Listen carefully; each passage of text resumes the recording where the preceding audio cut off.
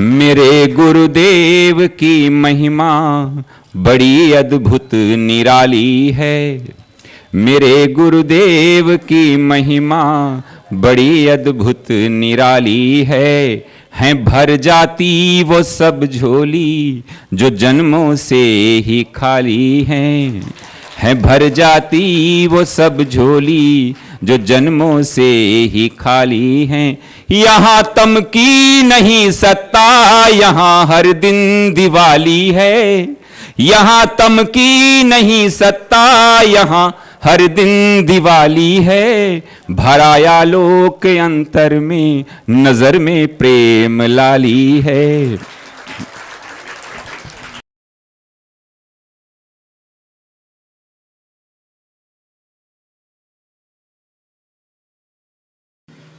ओम सहना भवतु सहनो भुनक्तु सह वीर्यं करवावहै तेजस्विनावधीतमस्तु मा विद्विषावहै। ओम शांति शांति शांति। शंकरं शंकराचार्यं केशवं बादरायणं सूत्रभाष्यकृतौ वन्दे भगवन्तो पुनः पुनः। ईश्वरो गुरुरात्मेति मूर्तिभेदविभागिने व्योमवद्व्याप्तदेहाय दक्षिणामूर्तये नमः।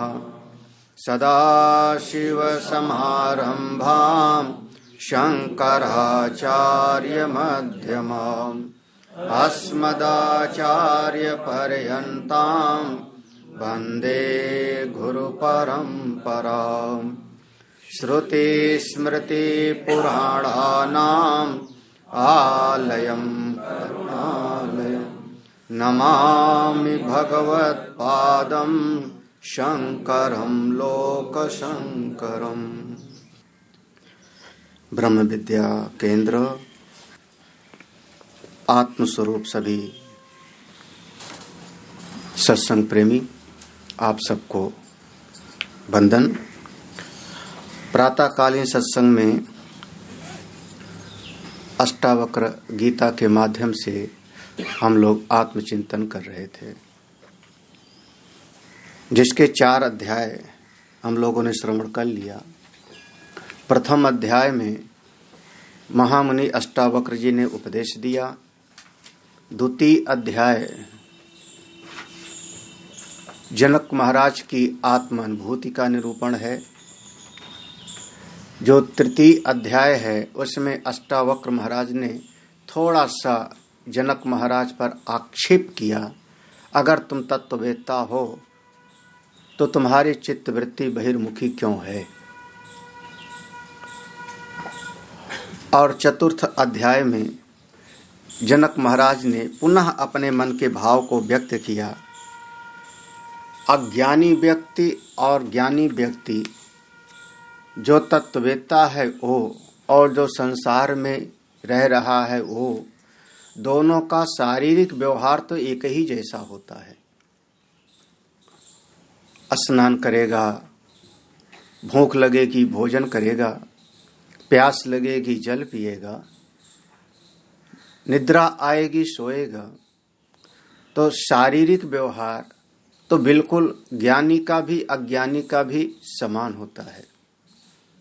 यहाँ तक कि पशु के और मनुष्य के व्यवहार में भी कोई विशेष फर्क नहीं होता। कोई प्रिय चीज लेकर के पशु के पास जाता है तो पशु उसको पाने के लिए दौड़ पड़ता है। कोई डंडा लेकर के पशु की तरफ गया तो पशु वहां से भागता है।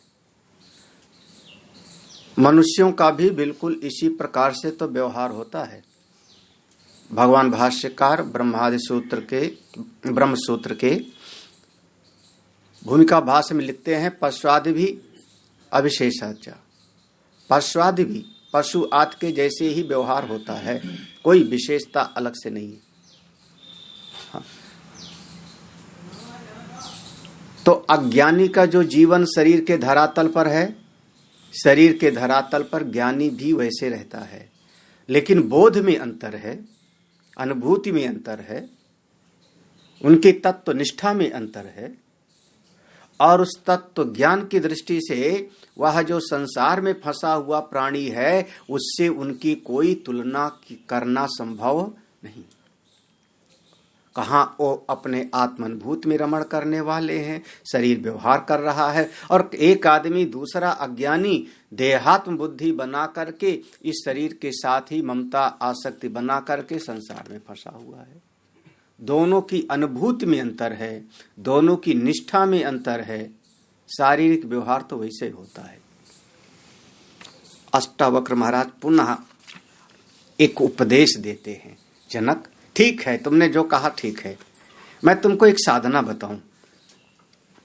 साधना यह है कि इस प्रकार से तुमको अपनी साधना को आगे बढ़ाना चाहिए, लय चिंतन के माध्यम से।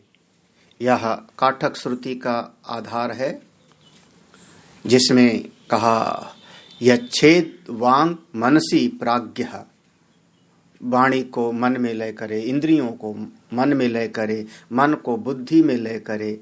उसके आधार पर ये अष्टावक्र महाराज ने लय चिंतन 4 श्लोकों का अध्याय है, छोटा सा, हम लोग पढ़ते हैं। नते संगोस्ति केनापि किं शुद्धस्त्यक्तुमिच्छसि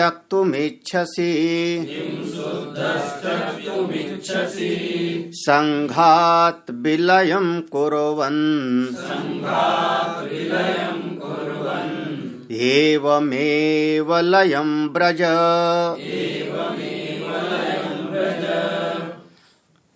ते संगः न अस्ति केनापि। राजन जनक, तुम जो आत्मस्वरूप हो, आपके उस आत्मस्वरूप का किसी के साथ भी कहीं पर भी संग नहीं होता। संग माने लिपायमान, संग माने दोष से युक्त। आपकी आत्मा परम शुद्ध है, निरंजन है, अधिष्ठान स्वरूप है, उसका किसी से संसर्ग होता ही नहीं, किसी से जुड़ता ही नहीं, किसी से चिपकता नहीं, किसी से नहीं। जैसे सर्प से रस्सी का कभी कोई संसर्ग नहीं होता, जैसे आकाश के नीलिमा से आकाश का कभी कोई संसर्ग नहीं होता, क्योंकि आकाश की नीलिमा बुद्धि में कल्पित है, देखने वाले की दृष्टि में कल्पित है। वास्तव में आकाश में नीलिमा कहीं है ही नहीं। तो जो अधिष्ठान तत्व है, तुम वो हो, आत्मा हो, तुम्हारा किसी से कोई लिपायमान नहीं होता। नाते संगास्त के नापी। अच्छा, जब तुम्हारा संग ही नहीं हुआ तो किम शुद्धस त्यक्तुम इच्छसि, जब तुम शुद्ध स्वरूप हो तो क्यों छोड़ने की इच्छा करते हो? इसको त्यागूं, इसको त्यागूं। अरे तुम तो पहले से ही सबसे मुक्त हो, पहले से ही स्वरूपतः आप मुक्त हो। जैसे एक शब्द बोलते हैं व्यवहार में कि हमको अपने मन को शुद्ध करना है, अंतःकरण को शुद्ध करना है। बिना अंतःकरण की शुद्धि के आत्मस्वरूप का बोध नहीं होगा। कैसे होगा? निष्काम कर्म योग से, सेवा की भावना से, यज्ञ दान तप आदि करने के द्वारा अंतःकरण शुद्ध होगा। योगिना कर्म कुर्वन्ति संगम त्यक्त्वा आत्म शुद्धये, ऐसा अनेक बार प्रयोग किया जाता है शब्द। तत्व चिंतन की दृष्टि से विचार करो। जब आप ये कहते हो कि मैं अपने अंतःकरण को शुद्ध करने के लिए उपाय कर रहा हूं, कितनी मान्यता इसमें बैठ गई? सबसे पहली एक मान्यता बैठ गई कि अंतःकरण है, मन है। ये पहली मान्यता हो रही है। मन है, अंतःकरण है, उसमें अस्थि भाव आपने लगाया, उसकी सत्ता को आपने स्वीकार कर लिया। अब दूसरी मान्यता इसके ऊपर बैठ रही है कि ये मन मेरा है, अंतःकरण मेरा है। ये दूसरी मान्यता हो गई। पहले उसमें अस्थि भाव, सत्ता भाव जोड़ा, फिर उसमें ममता का भाव जोड़ा, ये अंतःकरण मन मेरा है। अब तीसरी मान्यता बैठ रही है कि ये मन में आज दोष घुस चुका है, संग दोष हो चुका है, अंतःकरण अशुद्ध है। अब ये तीसरी मान्यता हो गई। हाँ, तीसरी मान्यता हो गई, अंतःकरण सदोष है, मन में दोष है। अब चौथी मान्यता हो रही है कि कोई न कोई साधन के द्वारा, कोई न कोई उपाय के द्वारा हम अपने मन को शुद्ध कर सकते हैं। इसका उपाय है। ये चार मान्यताओं के आधार पर अब कहा जाता है कि अंतःकरण को शुद्ध करो। तत्व की दृष्टि से हम प्रश्न करेंगे, क्या वास्तव में मन की सत्ता है? क्या अंतःकरण वास्तव में है? हाँ? सही है? हाँ, है या केवल आपकी मन की धारणा है? अगर है तो बिल्कुल अलग तरीका होगा। हाँ? असल में तो अंतःकरण की सत्ता कहाँ है? जब एक ही तत्व है,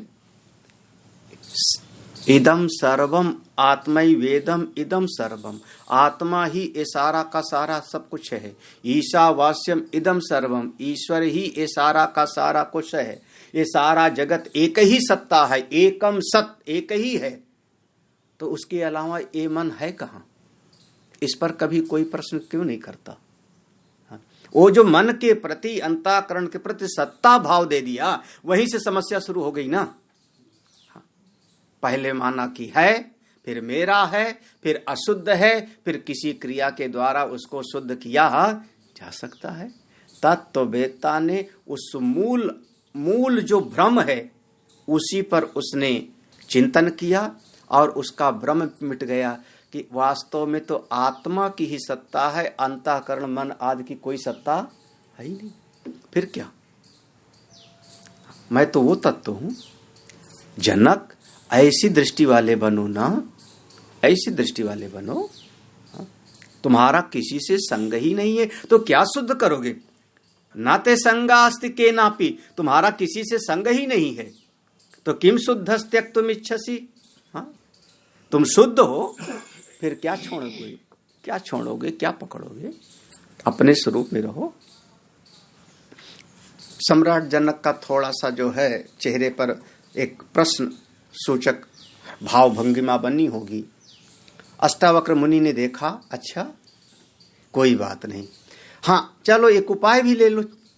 हाँ, अगर ये बात नहीं समझ में आ रही है तो एक उपाय है इस तत्व के बोध तक पहुंचने का कि पहले कार्य को कारण में विलय करते हुए चले जाओ और अंत में कार्य कारण दोनों का अधिष्ठान अपना आत्मा है, इसको जान लेना।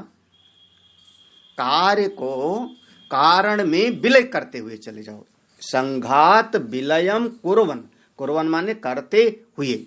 जैसे देखो, जो कार्य होता है उसमें अनेकानेक भेद विभेद होगा।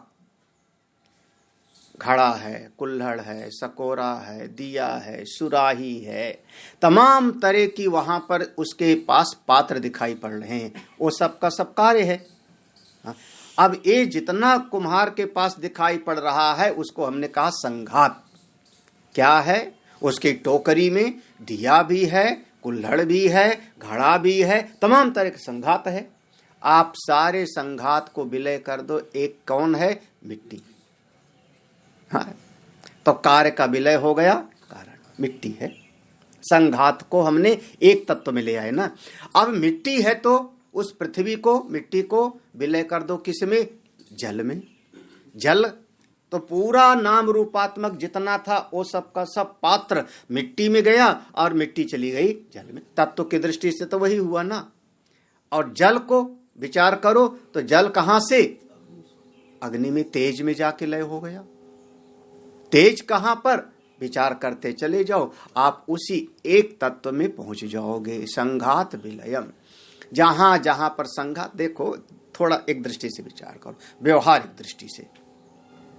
व्यवहारिक दृष्टि से ये हमारा शास्त्रीय दृष्टांत है। हम लोग थोड़ा आज के ज़माने का दृष्टांत ले आए। हमारे पास 4 कमरों का फ्लैट है। एक कमरा है ड्राइंग रूम, एक कमरा है बेडरूम, एक कमरा है खाने का, एक कमरा है बैठने का। यही ना, ये सब क्या हो गया? संघात। संघात। हाँ, 4 कमरे हैं, 50 चीज हैं, प्रत्येक कमरे में अलग अलग वस्तुएं हैं, रसोई में अलग, खाने की मेज अलग, सब अलग अलग चीजें हैं। सबको हमने एक शब्द में विलय कर दिया। एक शब्द में अनेकानेक संघात था, कमरे अलग अलग, वस्तुएं अलग अलग, एक शब्द में हमने उसका लीन कर दिया। क्या? घर। घर शब्द जैसे कहा तो उसमें सब आ गया ना। घर शब्द बोलते ही सारा कमरा, सारी वस्तुएं, जितना संघात था सब घर में आ गया। अब थोड़ा और समझो। पूछा घर कहाँ है? घर कहाँ है? अब हमने बताया घर, घर एक नहीं, हजारों घर हैं, लाखों घर हैं, अनेक फ्लैट हैं, अनेक घर हैं। सारा घर कहां पर है? एक बंबई। हजारों लाखों करोड़ों घर का समूह, जितना संघात था सबको एक चीज में विलय कर दिया। कहां? बोले मुंबई में। अब केवल मुंबई शहर ही नहीं है। हाँ, मुंबई है, पूना है, थाना है, उल्लासनगर है, दर्जनों जिले हैं। अब उन सबको, ये जितना संघात हो गया, अनेकानेक जिले हैं, उन सबको एक में विलय कर दो। कौन है? बोले महाराष्ट्र। और सब होंगे राष्ट्र, हम हैं कहाँ के? महाराष्ट्र। अरे महाराज, हाँ महाराष्ट्र। कौन है आप? बोले मराठी मानुस।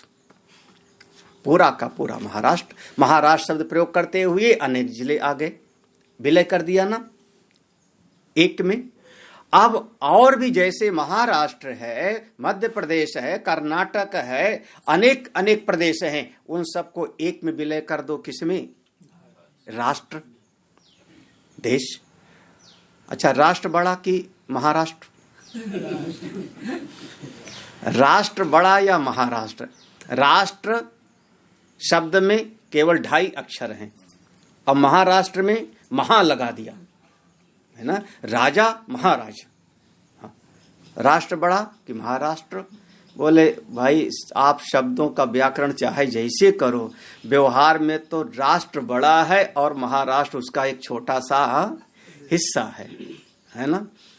व्याकरण की दृष्टि से तो महाराष्ट्र को, यानी अनेक राष्ट्र मिलकर के जब बना तो उसको कहना चाहिए महाराष्ट्र। तो कभी कभी व्याकरण फेल भी हो जाता है, इसीलिए हमारे वेदों में हम कहते हैं छांदस प्रयोग है ना। तो सब जगह पर सब चीज लागू नहीं होती, संभल करके देखना चाहिए। अब अनेक अनेक प्रदेश को हमने एक में विलय कर दिया। कौन? हमारा देश, एक राष्ट्र भारतवर्ष। अब एक हो गया। अब और आगे बढ़ो, और तमाम तरह का राष्ट्र हैं, ईसाई वाला, मुसलमान वाला, पारसियन वाला। पारसियन का कोई नहीं है फिलहाल, हिंदू और पारसियों के पास कोई जो है कोई राष्ट्र नहीं है, बाकी औरों के पास में है, बौद्धों वाला है, किसी और का है, लेकिन हम हिंदू और पारसी के पास कोई अलग से राष्ट्र नहीं है। हाँ, अनेक राष्ट्र हैं, कम से कम 190-95 के लगभग। सबको एक में मिला दो। संघात विलयम कुर्वन्, एक में मिला दो। क्या है? विश्व। पूरा का पूरा विश्व, संसार, पूरा विश्व। हाँ, अब इसको, एक पृथ्वी है, अनेकानेक ग्रह आदि हैं, इन सबको जो अनेकानेक भेद आदि दिखाई पड़ रहा है, समूह दिखाई पड़ रहा है, ना जाने कितने कितने तारे होंगे आकाश गंगा में, इस गैलेक्सी में, ना जाने कितने सूर्य होंगे, ना जाने कितना सूर्यों का परिवार होगा, अनंत। सबको एक में जाके विलय कर दो। कौन? ब्रह्मांड। हमारे संत लोग जब प्रवचन शुरू करते हैं तो कई बार कहते हैं अखिल ब्रह्मांड कोटि नायक। हाँ, अखिल ब्रह्मांड, एक नहीं अनेकानेक ब्रह्मांड के स्वामी। कौन? भगवान परमेश्वर। सबको एक में विलय कर दिया। और उस सब को विलय करते करते थोड़ा विचार करो, सारे ब्रह्मांड की सत्ता मेरी सत्ता के कारण है। हाँ, मैं हूं तो सब है। सब कर परम प्रकाशक जोई। सारा ब्रह्मांड दृश्य है और मैं दृष्टा हूं। सारा ब्रह्मांड इदम की श्रेणी में है और मैं अहम हूं। बिना मेरे सत्ता के होने पर, मेरे सत्ता होती है तब दूसरे की होती है, हमारे ना होने पर कोई नहीं होगा। वो मैं सबका अधिष्ठान हूँ, वो मैं आत्मा हूँ। एवं एव लयम ब्रज। इस प्रकार से लय चिंतन करते हुए अपने स्वरूप में जाके पहुंच जाओ। बहुत बढ़िया उपाय बताया। जितना समूह है वो सबको इसके मूल तत्व में विलय करते जाओ। तो कार्य कारण की परंपरा से चिंतन करते हुए हम हिरण्यगर्भ तक पहुंचते हैं, अव्यक्त तक पहुंच जाएंगे और अंत में उस हिरण्यगर्भ और अव्यक्त को उस पर ब्रह्म पर अध्यस्त समझ करके और अपने स्वरूप में निष्ठ हो जाओ। हाँ, क्योंकि वह जो अपना स्वरूप है वो किसी का न कार्य है न किसी का कारण है। एक कार्य कारण की दृष्टि से आप बस अव्यक्त तक पहुंच पाओगे। अव्यक्तात् पुरुषः परः। अव्यक्त से पुरुष परे है और पुरुषान्ना परम किंचित सा काष्ठा सा परागति। वो आप आत्मा। अच्छा, फिर ऐसा अपना आत्मस्वरूप कैसा है? कैसा है कहते हैं, अगला श्लोक देखो। उदेति भवतो विश्वम वारिधेरिव बुद्बुदः इति ज्ञात्वैकमात्मानम्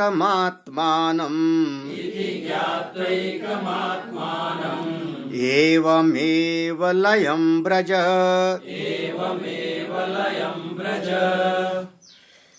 उदेति भवतो विश्वम। भावतः तुमसे ही, उदेति विश्वम, ये सारा का सारा विश्व प्रकट होता है। तुमसे ही सारा का सारा जगत उत्पन्न होता है, प्रकट होता है, वो आत्मा हो। कैसे? वारिधे इव। वारिधे माने समुद्र। जैसे समुद्र में अनेकानेक बूंदे उत्पन्न होती हैं, फेन उत्पन्न होता है। ये दृष्टांत कई बार आ चुका, यही दृष्टांत आगे आएगा। हाँ, वेदांत के साधकों के लिए ये कुछ दृष्टांत बहुत पक्के हैं। रस्सी का, सर्प के साथ संबंध अधिष्ठान अध्यास का, आकाश की नीलिमा का, शीप की चांदी का, मृग मरीचिका का जल। जब कार्य कारण की दृष्टि से विचार करेंगे तो मिट्टी से घड़ा आदि बना, स्वर्ण से आभूषण आदि बना, वहाँ कार्य कारण का विचार किया जाएगा। ये सब कुछ दृष्टांत हैं। जैसे समुद्र से अनेकानेक लहरें पैदा हुई, जैसे समुद्र से अनेकानेक बुदबुदा, फेन आदि पैदा हुआ, उसी प्रकार से आप एक हो, नित्य हो। उसी अपने आत्म स्वरूप से अनेकानेक नाम रूपात्मक के संघात पैदा होता है। उदेति, सब का सब दिखाई पड़ने लगता है, उत्पन्न हो जैसा दिखता है सब का। अब जिससे उत्पन्न होगा उसी में स्थित रहेगा, जिससे उत्पन्न होगा उसी में जाकर के लीन भी होगा। जैसे मिट्टी से घट पैदा हुआ तो घट मिट्टी के कारण स्थित है और जब टूटेगा तो मिट्टी में ही जाके लीन होगा। तो जिस अपने स्वरूप से सारा ब्रह्मांड उत्पन्न हुआ उसी में स्थित है और उसी में लीन भी हो जाएगा। यथा स्वप्न जगत। सब का सब, सबके अधिष्ठान आप हो, सबके मूल आप हो। हाँ, हम फंस जाते हैं देहात्म बुद्धि बना करके, शरीर को मैं मान करके फंस जाता हूँ। जहाँ शरीर को मैं माना, फिर यह अच्छा यह बुरा, ये शरीर को सुख देता है, ये शरीर को सुख नहीं देता, फंस जाते। ये शरीर की एक ऐसी जो है बाढ़ है, एक ऐसी शरीर की एक बाधा है। हाँ, इसको कोई पार कर सके। शुरुआत में ही अष्टावक्र महाराज ने कहा था, यदि देहम पृथक्कृत्य चित विश्राम में तिष्ठसि। अगर देह से तुम अपने आप को अलग कर सको, शरीर में रहते रहते ही, इसी शरीर में रहते रहते, इसी शरीर से व्यवहार करते करते और शरीर से स्वयं को अलग समझ सको, तब तो कोई बात है।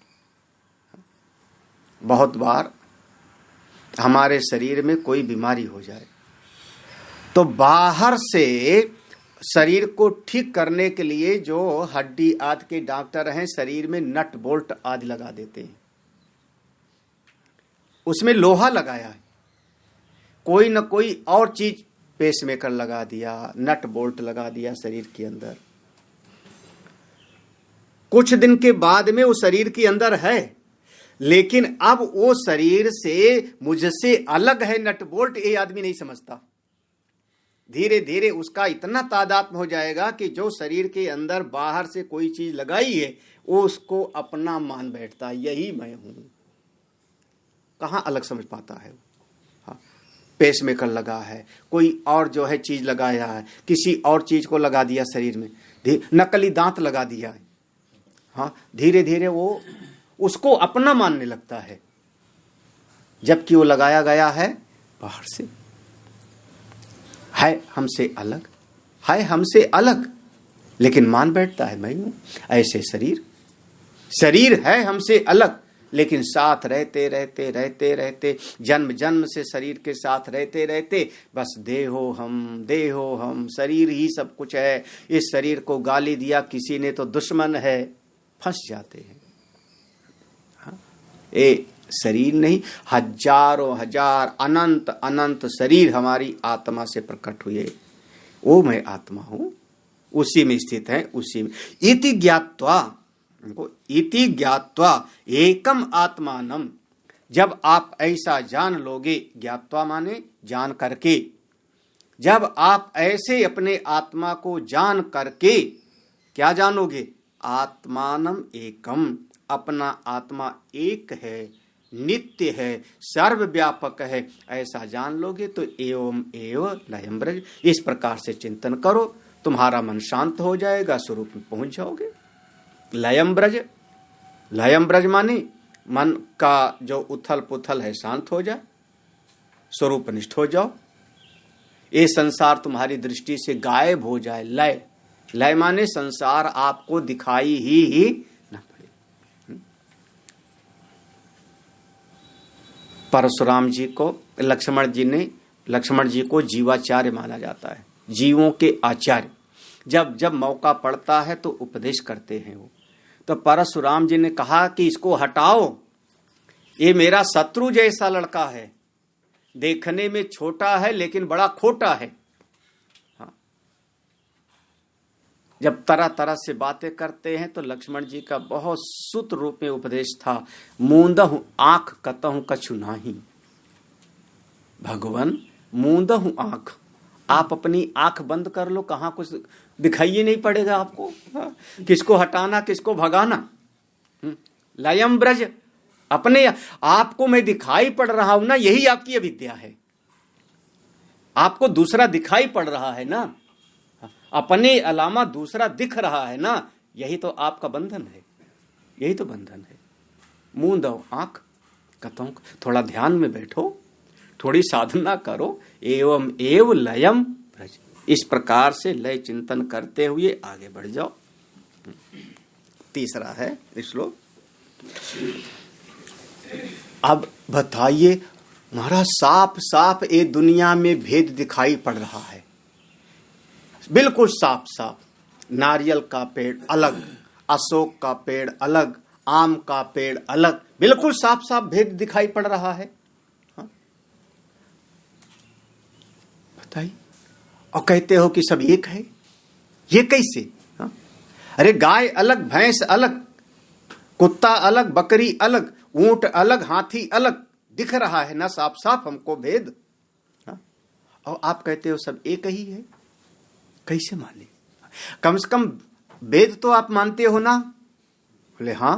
बोले वेद में 3 प्रकार से सृष्टि का वर्णन है ना, देवता हैं, असुर हैं और मनुष्य हैं, ये तो वर्णन है। कि अगर श्रेष्ठ कर्म करेगा तो देवता बनेगा और निकृष्ट करेगा तो असुर बनेगा और मिश्रित कर्म करेगा तो वह मनुष्य बनेगा। ये तो वर्णन है ना। कर्म करेगा श्रेष्ठ तो पितृलोक जाएगा, विद्या देवलोक का, कर्मणा पितृलोक। तो वर्णन तो है ना, 3 प्रकार का भेद तो हो गया ना, देवता असुर और मनुष्य, भेद तो हो गया। ये तीनों गए एक बार प्रजापति के पास ज्ञान पाने के लिए, तीनों गए और प्रजापति ने कहा दा, इतने में ही तीनों को ज्ञान हो गया। तो 3 तो हो थे भेद ना, देवता ने दा से समझ लिया दमन, असुरों ने समझ लिया दा से दया और मनुष्य ने समझ लिया दा का मतलब दान। तो 3 तो थे। जब इतना भेद दिखाई पड़ रहा है तो आप कैसे कहते हो कि सब एक ही है? भेद तो है, और एक ही चीज में दर्जनों दर्जनों भेद हैं। एक ही चीज में, एक ही चीज की उसको कहते हैं प्रजातियां अलग अलग हैं, उसकी अलग अलग प्रजाति है, जीवों की भी वस्तुओं की भी। हमारे यहाँ तुलसी बहुत पवित्र मानी जाती है। तुलसी के भी कई भेद हैं। 2 बड़े प्रसिद्ध भेद है, रामा और श्यामा। एक तुलसी का पत्र होता है जो पहाड़ में पैदा होता है, उसकी माला हमारे बद्री विशाल नर नारायण भगवान को चढ़ाई जाती है। वो न रामा है न श्यामा है। हाँ, वन तुलसी कह लो, दौना कह लो, इस तरीके का, वो ठंडे में पैदा होता है। अनेक भेद हैं। तो इतना बिल्कुल साफ साफ भेद दिखाई पड़ रहा है, फिर इसको एक कैसे हम समझ लें? कहते हैं साफ साफ भेद जो दिखाई पड़ रहा है वो किसको दिख रहा है बताओ? किसने देखा? ज्ञानी ने कि अज्ञानी ने? ज्ञानी ने कि अज्ञानी ने? बोले हम ये नहीं कह रहे हैं कि सारा जगत ही झूठा है, बल्कि कह रहे हैं कि सारे जगत को, जो सारे जगत का जो प्रमाण बन के बैठ रहा है वो भी झूठा है।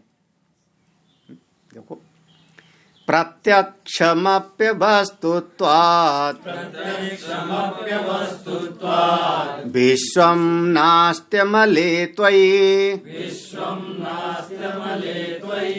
रज्जु सर्पैव व्यक्तम् एवमेव लयं व्रज। प्रत्यक्षम अपि, बिल्कुल साफ साफ दिख रहा है, लेकिन अवस्तुत्वात्। प्रत्यक्षम अपि अवस्तुत्वात्। अवस्तुत्वात् माने साफ साफ प्रत्यक्ष दिखाई पड़ने पर भी उसकी सत्ता है नहीं, उसकी सत्ता नहीं है। अवस्तुत्वात् कौन है? ये सारा का सारा विश्व भले दिख रहा है लेकिन वास्तव में इसकी सत्ता नहीं। ना अस्ति अमले त्वयि, जो तुम परम शुद्ध स्वरूप हो, तुम में इसका लेश मात्र भी नहीं। रज्जु सर्प इव व्यक्तम, वास्तव में आप रस्सी के जैसे अधिष्ठान स्वरूप हो। ये सारा जगत सर्प इव, सर्प के जैसे केवल कल्पित है। ऐसा विचार करते हुए अपने स्वरूप में निष्ठ हो जाओ। ये जो हमको भेद दिखाई पड़ रहे हैं विश्व, ये सारे विश्वों की गवाही देने वाला, सारी चीजों की गवाही देने वाला हमारी ज्ञानेंद्रिय है कि नहीं? रूप रंग की गवाही किससे मिली? नेत्र से। शब्द की गवाही मिली कान से। 5 विषयों का जो हमको बोध हो रहा है उसके लिए प्रमाण हुए हमारे 5 ज्ञानेंद्रियां। क्या वास्तव में 5 ज्ञानेंद्रियां सत्य हैं? 5 ज्ञानेंद्रियां सत्य हैं क्या? हाँ, एक मन के कारण ना।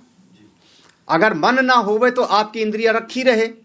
हमारा मन अगर आंख के साथ लग गया तो हमको रूप रंग दिखाई पड़ता है। मन हमारा कान के साथ लगा तो हमको शब्द संगीत सुनाई पड़ता है। मन एक है, इंद्रियां अनेक हैं। तो 5 विषयों और सारे जगत रूपी विषय का जो बोध हो रहा है उसके लिए प्रमाण हो गया आपके 5 इंद्रियां। 5 इंद्रियां, इंद्रियों के कारण विषय दिख रहा है या विषयों के कारण इंद्रियां हैं? ये थोड़ा सा बहुत विवादित विषय है, बहुत विवादित विषय है शास्त्रार्थ का। इसको कहा जाता है मानाधीनो मेयः या मेयाधीनो मानः। मेय के अधीन मान है या मान के अधीन मेय है। ये कहते हमारी इंद्रियों के कारण विषयों की सत्ता है या विषयों के कारण इंद्रियों की सत्ता है। और इस पर अनेकानेक बार शास्त्रार्थ हो चुके हैं, विचार होता है। अंत में निष्कर्ष यही निकलता है कि विषय और इंद्रियां सब दोनों एक दूसरे के पूरक हैं, ना इसकी सत्ता है और ना उसकी सत्ता है, दोनों ही कल्पित हैं। क्योंकि दोनों का प्रमाण कौन होता है? एक मन। मन है तो इंद्री और विषयों की सत्ता का बोध होगा, मन नहीं है तो ना इंद्रियों का बोध होगा और ना ही पांचों विषयों का, नाम रूप आदि का। तो ये इंद्रियां, जब हम कहते हैं झूठा, जब हम कहते हैं सारा का सारा संघात झूठा, तो वहां पर इंद्रियों को सत्य मत मान लेना, यही गड़बड़ हो जाता है। आदमी कहता है सारा जगत झूठा, मैं सत्य हूं, यही साधक जो है चूकता है। अगर सारा जगत झूठा तो इसी जगत के अंदर तो आपकी इंद्रियां भी हैं, आपका मन भी है, इन्हीं पांच महाभूतों से बना। जगत सारा झूठा तो ये भी झूठा, ये भी झूठा। तो प्रत्यक्ष जो दिखाई पड़ रहा है, प्रत्यक्ष हमको हाथ दिखाई पड़ रहा है, प्रत्यक्ष मुझको अपना शरीर दिखाई पड़ रहा है, ये भी कल्पित ही है, अवस्तुत्वात्। वास्तव में है वही नहीं। हाँ, नाम भले दे लो आंख, है केवल मांस का टुकड़ा। मांस से तो है आंख की जगह पर, और क्या है। हाँ, लेकिन अब देखता है, उसमें ऐसी शक्ति है, और क्या, गोलक है। हाँ, है नाक, एक मांस है, हड्डी है, लेकिन सूंघता है सुगंध और दुर्गंध को। असल में ये सब ना होते हुए भी व्यवहार हमको करा रहे हैं, है नहीं, है नहीं। चेतन चला जावे उसके बाद अब नाक से सूंघे हो, फिर आंख से देखे हो, फिर वाणी से वो बोले, हाँ, फिर कुछ कहे, बोले कुछ नहीं, वो भीतर वाला गया। ये सब का सब थोड़ी देर में अवस्तुत्वात्, अवस्तुत्वात् सब भस्मीभूत हो जाता है। सब कुछ जला दिया, या तो भू समाधि दे दिया, जमीन में गाड़ दिया, मिट्टी हो गया, जल में डाल दिया तो अलग जल से मिल गया, कुछ खा गए वहां पर जीव जंतु, अग्नि में डाला तो एक लोटा भर रह गया। सब का सब अवस्तुत्वात्। ये प्रत्यक्ष दिखाई पड़ते हुए भी वास्तव में इसकी सत्ता नहीं। किसकी? इस देह और इस देह रूपी प्रमाण के आधार पर जितना सारा विश्व दिखाई पड़ता है सब, हाँ, पूरा का पूरा इस शरीर को मान लिया अहम, इसको जो दिखाई पड़ता है सब इदम, ये सब का सब प्रत्यक्ष दिखते हुए भी वास्तव में इसकी सत्ता है नहीं। वास्तव में सत्ता है, बस व्यवहारिक है, काम चलाऊं है, काम चलाऊं है, असली नहीं है।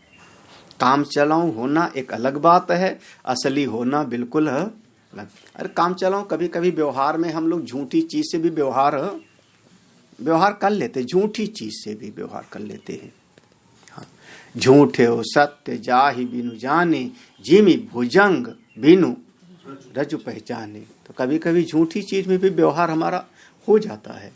अब झूठी चीज का व्यवहार कैसे हो जाता है?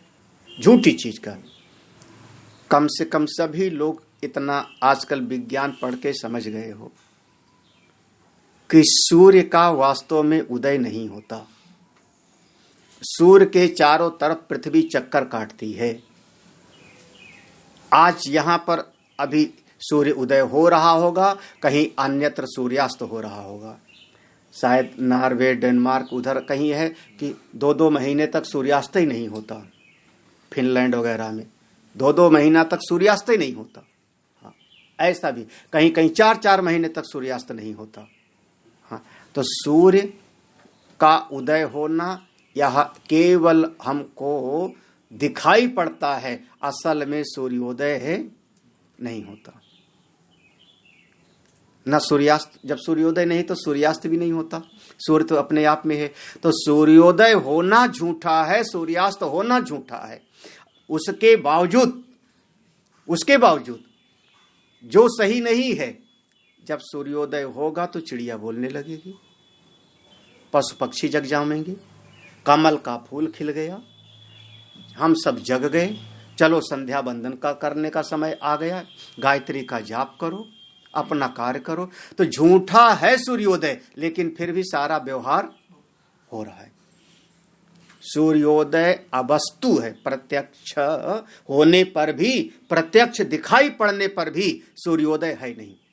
अगर समझ में आवे तो समझना, व्यवहार हो जाता है, मैं कह रहा हूं व्यवहार हो जाता है। शाम हुई, सूर्यास्त झूठा है, लेकिन फिर भी चिड़िया अपने पेड़ पर आके घोंसले में बैठ गई, कमल का फूल बंद हो गया, रात में कुछ कुमुदनी का फूल खिलने लगता है, रात वाला हर श्रृंगार खिलने लगेगा, हाँ, रात रानी खिलने लगेगी, उसकी गंध आने लगेगी, हम सब खा पी के बोलेंगे सो गए, चलो सो जाओ।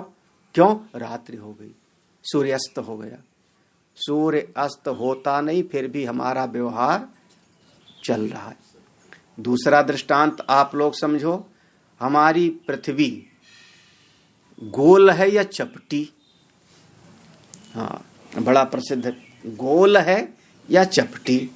हम देखते हैं तो हमको चपटी दिखाई पड़ता है, इसी हिसाब से हम इंच टेप लेके माप करते हैं। 1000 फुट का मेरा प्लाट कैसा चपटा है, हाँ, तभी तो माप रहे हो। असलियत में क्या है? हाँ, उन्होंने कहा गोल गोल है, ग्लोब करके दिखाया, अपने उस पर इतना झुका हुआ है, इतने अंश तक, हाँ, गोल है, अपने यहां इतना झुका है और निरंतर घूमता रहता है, निरंतर घूम रहा है अपनी जगह पर, और साथ साथ सूर्य के भी चारों तरफ घूमता रहता है। कहा क्या सृष्टि है ब्रह्मांड, अपनी जगह पर घूमता रहता है, हाँ, इसलिए दिन और रात, और सूर्य के चारों तरफ चक्कर काटता रहता है। कितने दिन में? तो कहा 360-64 दिन में चक्कर काट लेता है, यही ना, हाँ। और अपनी जगह पे बोले 24 घंटे में एक बार घूम जाता है पूरा। हमको तो घूमता दिखाई नहीं पड़ रहा, हमको पृथ्वी गोल नहीं दिखाई पड़ रही, पृथ्वी चपटी दिख रही, पृथ्वी हमको घूमती नहीं दिख रही, स्थिर दिख रही है। हम अपना बिल्डिंग बनाते हैं स्थिर मान करके, हम अपने कमरे में सामान रखते हैं, चारपाई बेड स्थिर मान करके, है कैसा? बिल्कुल घूम रही है अपनी जगह पे, लगातार घूम रही, तो स्थिर है नहीं, चपटी है नहीं, ये झूठा है, लेकिन दिखाई पड़ता है और हम इसका व्यवहार कर लेते हैं। क्या क्या सृष्टि है जी। झूठे हु सत्य जाहि, अष्टावक्र महाराज कहते हैं प्रत्यक्षम अपि अवस्तुत्वात्, प्रत्यक्ष बिल्कुल साफ साफ दिखाई पड़ने पर भी अवस्तुत्वात्, इसकी सत्ता है नहीं। जो दिख रहा है वो भी, हमने कहा सूर्योदय प्रत्यक्ष दिखाई पड़ रहा है लेकिन है नहीं, सूर्यास्त प्रत्यक्ष दिखाई पड़ रहा है लेकिन है नहीं, है नहीं। आपकी बुद्धि का भ्रम है, बुद्धि का भ्रम है, आकाश का नीलापन।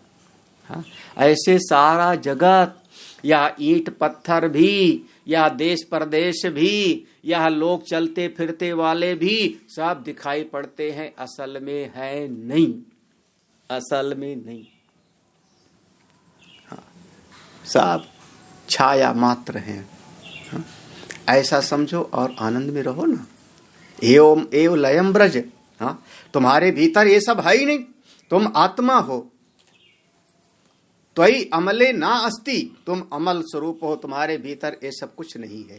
तो ये सब अध्यस्त है, कल्पित है, केवल खुली आंख का सपना है। ऐसा विचार करते हुए लयम ब्रज, सारे जगत से मन को हटा करके स्वरूप में निष्ठ हो जाओ। इसी क्षण हो सकते हो, इसी क्षण हो सकते हो। इस अध्याय का अंतिम श्लोक है, सम दुख सुख पूर्ण आशा नैराश्ययो समः समजीवित मृत्युः सन् एवमेव लयं व्रज। अगर इस जगत को आपने झूठा समझा, शास्त्र और आचार्य के उपदेश से, अपने श्रवण मनन के माध्यम से जगत को झूठा समझा, तो सुख दुख समः, सुख और दुख में बिल्कुल सम रहो। क्यों? क्योंकि तुम पूर्ण हो, तुम परब्रह्म हो, आत्मस्वरूप हो। तो थोड़ी मोड़ी घटनाओं में आप सुखी हो जाते हो, छोटी सी घटनाओं में आप विलाप करते हो। सम रहो ना। और दुख और सुख सब मन की मान्यता है, केवल मन की मान्यता है। जगत में तो केवल परिस्थिति घटती है, घटना होती है। वो घटना जिसके अनुकूल हुई वो सुखी, वो घटना जिसके अनुकूल नहीं हुई वह दुखी। हमारी कार सड़क पर पंक्चर हो जाए, मैं दुखी हो गया, और बगल में जो पंक्चर बनाने वाला है वो तो बहुत सुखी होगा, बढ़िया। हम लोग सड़क पर चलते हैं और रेलवे फाटक आया, रेलवे फाटक बंद हो जावे, भीड़ लग गई, हम लोग थोड़ा हाय हाय करते हैं, कांच खोल के झांक के पूछते हैं क्या हो गया, कितनी देर में खुलेगा।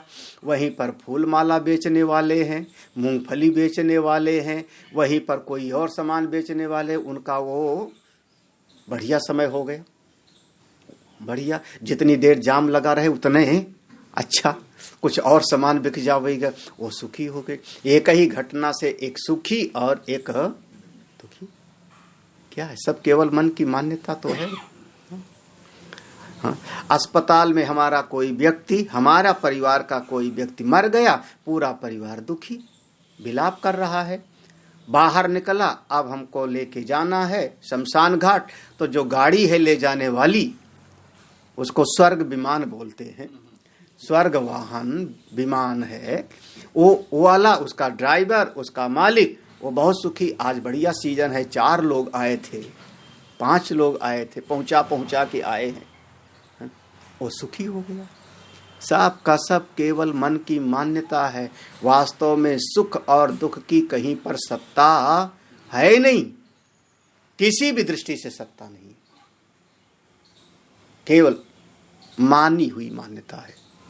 जगत में तो केवल परिस्थिति है, बस केवल परिस्थिति है, केवल एक घटना होती है, पेड़ टूट के सड़क पर गिर पड़ा, इतना ही है, घटना है। अब इससे एक सुखी हो सकता है, दुखी हो सकता है, दोनों की अपनी अपनी धारणा है। सम दुख सुखः पूर्ण। हे पूर्ण, हे राजा जनक, दुख सुख में बिल्कुल सम रहो, बिल्कुल सम रहो। डावा डोल मत हो, थोड़े थोड़े में हाय हाय मत मचाओ। हाँ, कैसी स्थिति है, ऐसा हो जाए फिर देखो। अच्छा, आशा नहीं, ये वर्तमान में है, दुख सुख वर्तमान में, वर्तमान में। भविष्य में आया आशा नैराश्य योग।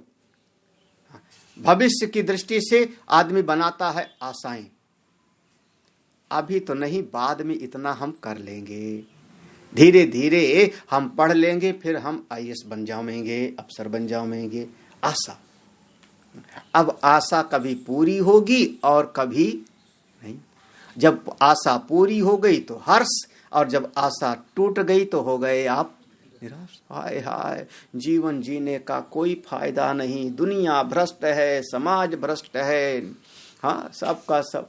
फिर हजारों को गाली देता है आदमी, हजारों को, पूरा का पूरा शासन तंत्र भ्रष्ट है, अमुक है। और नौकरी मिल जाए तो घूस दे के, तो मिल गई नौकरी घूस दे के, सब बढ़िया है, काम हो गया। नहीं मिला, नहीं काम हुआ, सबका सब आशा निराशा, बस दो में झूलता रहता है जीवन। कभी हमारी आशा पूर्ण हो गई, कभी आशा पूरी नहीं हुई, कभी फिर। और आशा ये है कि एक आशा बनावी, वो पूरी हो जाए तो उससे 4 नई आशाएं और पैदा हो जाती हैं। आशा, हाँ, आशा माने, हाँ, आशा प्रतीक्षे संगतम सुनिरताम च। वो काठक श्रुति में लिखा कि जिसके दरवाजे पर कोई भूखा विद्वान ब्राह्मण रह जाता है उसकी बहुत सारी चीजें नष्ट हो जाती हैं। उसमें एक है आशा, उसका भी नाम दिया है। आशा माने आशा प्रतीक्षा, ऐसे शब्द आया। आशा माने हमारे चित्त में दिन तय नहीं कि कब मिलेगी वस्तु, वह चीज कब मिलेगी ये दिन तय नहीं है, समय तय नहीं है, लेकिन मन में है कि ऐसा होवेगा। इसका नाम हो गया आशा। कभी न कभी मिलेगी, कभी न कभी तो होगा। और दिन तय हो जावे तो क्या हो गया फिर? अब प्रतीक्षा। हाँ। मेरे ख्याल में जैसे विवाह हुआ, बेटे का विवाह हुआ, बहू आई घर पे, एक आशा हो गई कि हमारा वंश अब आगे चलेगा। इसका नाम हुआ आशा, यही ना? अब हमारा भी वंश आगे चलेगा, हमारी परंपरा आगे चलेगी, आशा हो गई। और अभी पक्का नहीं है, पता नहीं है 6 महीना की, 10 महीना की, साल भर की, 2 साल की, 4 साल, पक्का नहीं है। और जब पता लगे कि बहू गर्भवती हो गई, अब प्रतीक्षा। 9 महीना हो गए, 10 महीना हो गए, हाँ, तो आशा ये संसार में बनती। और आशा कभी कभी निराशा में भी बदल जाती है। नैराश्य, जब आशा की पूर्ति का समय आवे तो भी मन शांत रहे, और जब निराशा की स्थिति आवे तो भी मन शांत। हाँ, वही चीज समः, हे पूर्ण, हे पूर्ण, हे पूर्ण ब्रह्म, सुख दुख में समर हो, आशा निराशा में भी तुम समर हो। और ये सब सुख दुख, आशा निराशा, ये सब जिस जगह पर आते हैं, जिसमें आते हैं, वो कौन? ये जीवन। जिंदा है तो आशा निराशा है, जिंदा है तो सुख दुख हो रहा है। तो ये जीवन, बोले इस जीवन में भी तुम बिल्कुल बराबर रहो, विचलित मत हो। कहाँ? सम जीवित मृत्यु हुसन। ये हमको बहुत बहुत इस श्लोक से बहुत संबल मिलता था पहले।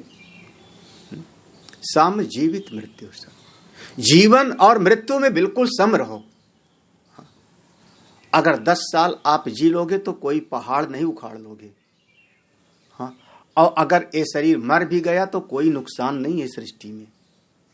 हाँ, हमारे इस शरीर के छोड़ने से सृष्टि में किसी का भी कोई नुकसान नहीं है। कुछ दिन के लिए भले लोग कहें अपूर्णीय क्षति है, ऐसा इनके जाने से ऐसी क्षति हुई जिसका पूरा नहीं किया जा सकता। सब केवल शब्दों का खेल है।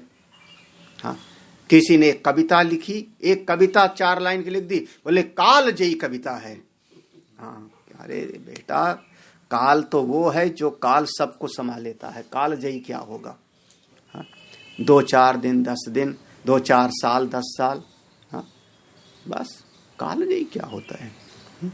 काल के गाल में तो सब चला जाता है। ये शरीर रहे जीवित तब भी, शरीर ना रहे तो भी, सम जीवित मृत्यु सम।